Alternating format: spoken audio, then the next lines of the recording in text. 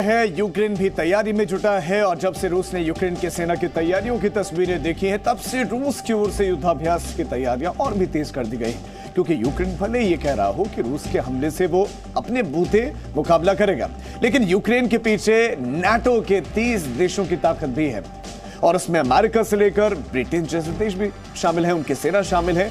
तो चलिए एक नजर डालते हैं, अगर नाटो के 30 देश एक तरफ हों और रूस दूसरी तरफ अकेला तो रूस मुकाबले में कहां ठहरता। तो सबसे पहले सैनिकों की बात कर ली जाए तो रूस के पास 8.5 लाख एक्टिव सैनिक हैं, 8.5 लाख, जबकि नाटो के 30 देशों को अगर हम मिला दिया जाए तो 21,15,000 सैनिक हैं, यानी कि इस मामले में नाटो काफी आगे हो जाता है। फिर रूस के पास कुल एयरक्राफ्ट की संख्या 4,173 है एयरक्राफ्ट, जबकि नाटो देशों के पास 20,738 एयरक्राफ्ट हैं। रूस के पास कुल 772 फाइटर जेट्स प्लेन हैं जो जंग में भी काम आ सकते हैं। तो नाटो देशों को अगर हम मिला दें तो 3,527 फाइटर्स हैं, ये फाइटर जेट्स हैं उनके पास। अगर हम रूस के पास हेलीकॉप्टर्स की बात करें तो हेलीकॉप्टर्स की संख्या सिर्फ 772 है, जबकि नाटो में शामिल देशों के पास 8,485 हेलीकॉप्टर्स मौजूद हैं।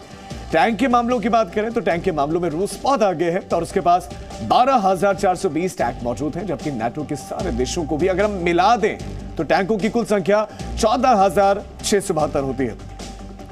समंदर में जंग के लिए रूस के पास 605 नेवल फ्लीट्स मौजूद हैं, जबकि नाटो कंट्रीज के पास 2,049 नेवल फ्लीट्स मौजूद हैं।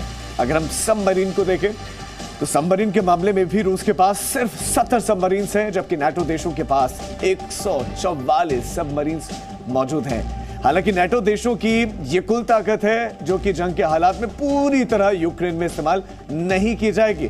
फिर भी रूस अपने सामने खड़े नाटो की इस शक्ति के मुकाबले की तैयारी में जुटा है और अब तक यूक्रेन की तीनों तरफ से वो अब तक यूक्रेन को घेर भी चुका है। यूक्रेन और रूस की सेना की तैनाती की अगर बात की जाए तो एक हफ्ते पहले तक जो हालात थे उसे ग्राफिक्स के जरिए समझने की कोशिश करते हैं। तो रूस की पश्चिमी सरहद पर ये यूक्रेन बसा हुआ है, आपके सामने ये मैप आ गया है। यूक्रेन बसा हुआ है पश्चिमी सरहद पर और इसके आसपास रूस की तैयारियां आप देखिए, उसके आसपास तैनाती आप देखिए। यहां पर दक्षिण में क्रीमिया से अगर आप शुरू करते हैं और फिर यूक्रेन की सरहद पर आप देखते चले जाइए, क्रीमिया में एयरफोर्स के जवान तैनात है और ये जो रेड रंग अब जो है लाल रंग आप देख रहे हैं, ये लाल रंग में सब रूसी सेना की तैनाती है। यूक्रेन की पूर्वी सरहद पर अगर आप देखें तो ये सारी तैनाती टैंक्स की है और उसके साथ साथ रशियन आर्मी की मैकेनाइज्ड बटालियन भी तैनात की गई। तो पूरब से लेकर उत्तर में बेलारूस की सरहद तक रशियन आर्मी के टैंक और मैकेनाइज्ड बटालियन तैनात है और इसके मुकाबले यूक्रेन में तैयारियां क्या है वो भी जरा देख लीजिए।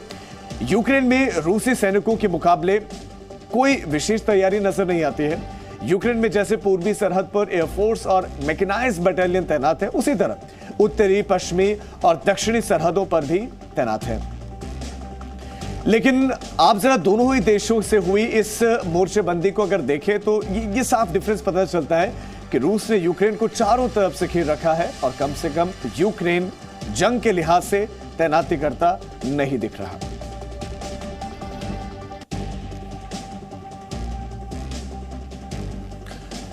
तो यूक्रेन के राष्ट्रपति ने तो यहां तक कह दिया है कि हमारे देश को लेकर दुनिया भर में जंग की जो अफवाह फैलाई जा रही है उसे बंद कर दिया जाना चाहिए। यूक्रेन का कहना है कि सरहद पर आज जो हालात हैं वो नए नहीं हैं, बल्कि 2021 के मुकाबले कम तनाव वाले हैं। फिर भी पूरे यूरोप में ऐसा माहौल बनाया जा रहा है कि यूक्रेन में जंग हो रही है।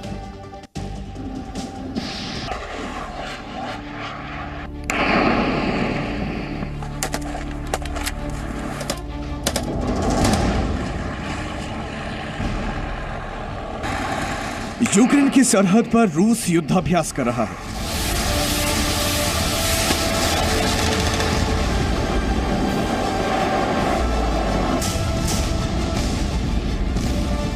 और पूरी दुनिया इस आशंका में है कि न जाने कब युद्ध छिड़ जाए। रूसी सेना की आवाजाही, तैनाती और युद्धाभ्यास की तस्वीरें यूरोपीय मीडिया में जंग के खतरे को बढ़ाती दिखा रही हैं। यूक्रेन की सेना को दी गई मदद और ट्रेनिंग को भी युद्ध की शुरुआत की तरह पेश किया जा रहा है। कभी अमेरिका के राष्ट्रपति रूस को चेतावनी देते हैं तो कभी ब्रिटेन के प्रधानमंत्री रूस को धमकी देते हैं, कभी बाइडेन जंग की संभावित तारीख बताने लगते हैं, कभी ज़ेलेंस्की को फोन करके फरवरी में हमले की आशंका बताने लगते हैं।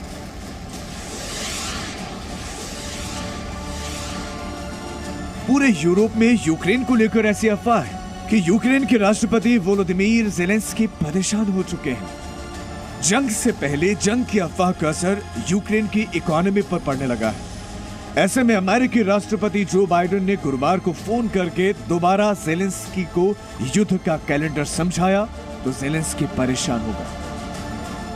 And I think you saw it for yourself. You have seen our courageous people. I think you saw that we all want peace, but we stand ready to protect our country, because I'm not just the president. I'm the husband, I'm the son, I'm the father. We have things that we want to protect, and that's why I'm discussing these questions in detail with President Biden. I want everyone to be on the same page as where I am. So they don't need to love Ukraine.